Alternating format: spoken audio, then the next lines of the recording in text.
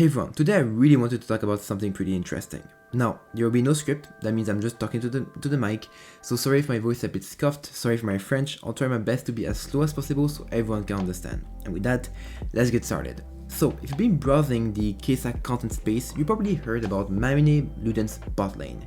This is something that LS recommended multiple times recently and said it was really strong, and many ADC mains, ADC content creator or ADC streamers also picked up on the idea and made videos around it. So it's obvious that many people have also asked me about my opinion on this subject and asked me if this was actually that good. Now let's get something straight out of the way. Manamune and Luden's companions is not something new. We've been building this item since the start of season 14. And the idea of Manamune Luden's, we've been building that since season 10. So 4 years ago, since Riot introduced into the game the ability for KAISA players to proc a passive with 2 Ws. Because yes, fun fact, before season 10 it was impossible to proc a passive with 2 Ws. Last thing I need to mention is Manamune itself never really changed over all these years. The idea of Manamune didn't really change since season 8. It's an item that gives you AD, that stacks, that gives you AD based on your mana, and that does more damage when you land damage basically. The only time it really got changed was in season 11 when every system got changed in the game. But since season 11, since 11.5, Manamune has received 0 changes. It's been 3 years that Manamune has received 0 balance changes whatsoever. Now, if you watched my video with my guys recently, I did mention Manamune Luden's in my videos when I talk about AP KAISA. But I never recommend going for Manamune bot lane, and to this day, I still stand on that aspect. I still don't think you should be going for Manamune bot lane, and let me explain why. There are for me I think 4 main issues that Manamune has. Number 1, Manamune is a weak item. If you go for this item, you're going for the least DPS option compared to Static, Kraken, Eclipse. Manamune will give you the weakest Q evolution. Manamune will give you a Q evolution level 9 compared to Eclipse level 6 for example, and you don't have any attack speed compared to Kraken Slayer or Static Shiv. Second issue that comes in, and that's actually a pretty important one, is your support. Now, the biggest difference between that solo lane and bot lane is that bot lane is way more chaotic. You have a support to deal with, junglers gank way more. So for example, if I have a Nautilus support, a Pyke support, a Thresh support, a Leona support that wants to fight, if I go for Manamune, I'm actively picking the worst build to assist my support in those fights.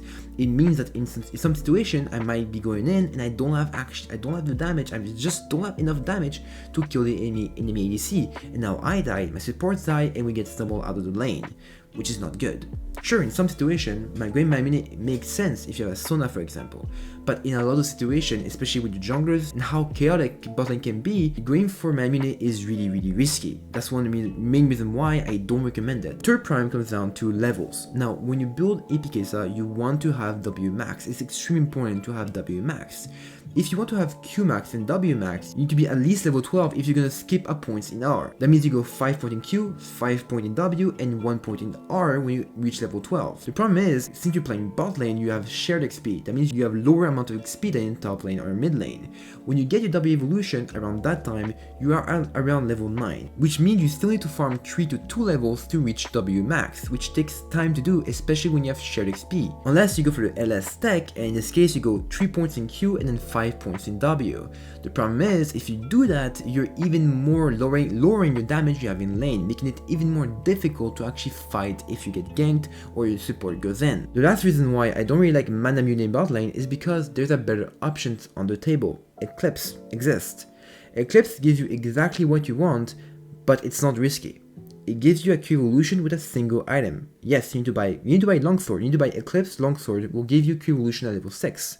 And then you can sell your Longsword and you can sell your D-Blade and you will keep your Q evolution around level 14. And finally, it also gives you 15 haste, exactly like Manamune, allowing you to reach that 55 haste requirement at 3 items so you can still poke with comfort.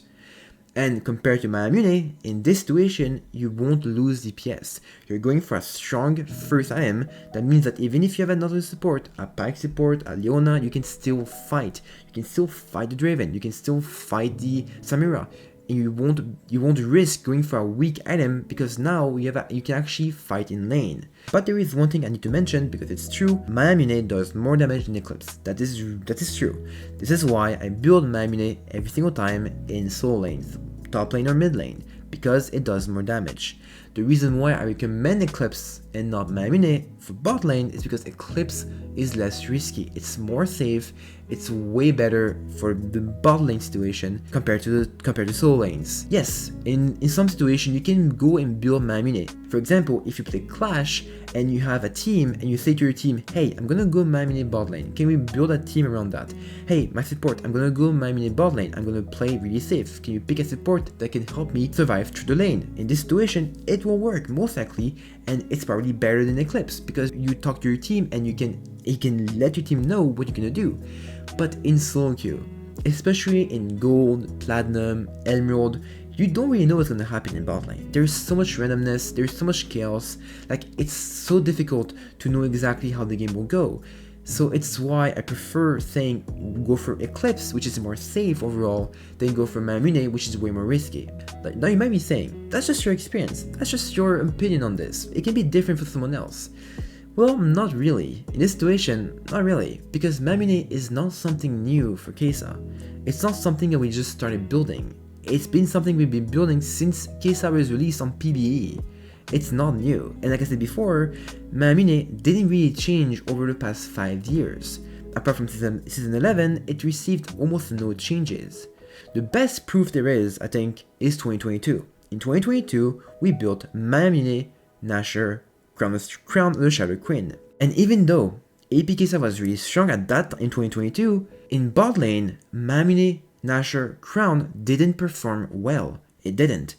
It had a 48% win rate around that mark, and to the point where Riot never actually nerfed AP KAISA in 2022. The only thing they did is that they moved the damage from W to the passive, so basically nothing, because the champion never was that OP when she was building Manamune Crown. In 2023, there was not a lot of changes between the mage items and no changes made with the Manamune. But one thing that did change in 2023 is that we swapped the Manamune, which was a weak laning phase item, to an OP item, static.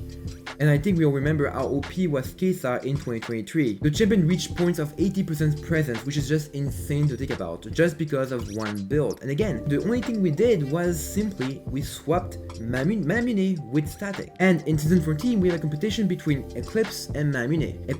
Eclipse being a really strong first item versus Manamune being again the weak item it is for the past 3 years. So if you look at history, it's kind of normal for me to lean towards Eclipse and less towards Manamune. And if you want even more proof to this point, we can simply look at the current state of Manamune right now in Solu Queue.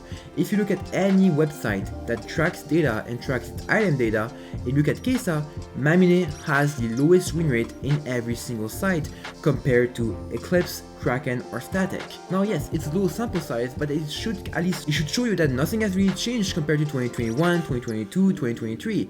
The point is that if it didn't work in 2022, it didn't work in 2023, why would Manamune magically work in 2024? So there you go. Now I want to make something pretty clear. I'm not saying that Manamune build is bad, because I play it every single day on top lane. What I want to say though is that in bot lane, when you look at your supports, your jungler, the chaos in bot lane, it's not recommended to go for a risky build like Manamune when Eclipse exists. Eclipse gives you everything you need for AP KAISA to function. It gives you the haste and gives you enough AD to get your evolution at first with only one item. And as a bonus, it's not a weak item early game. It allows you to play the lane more comfortably, it allows you to play with your support, and it allows you to fight, which is way better than going for a risky build that does a bit more damage than Eclipse, but is way more risky in the laning phase. And there you go. I hope you enjoyed this no script video. I really wanted to talk about this subject because I've been playing AP KAISA for so long.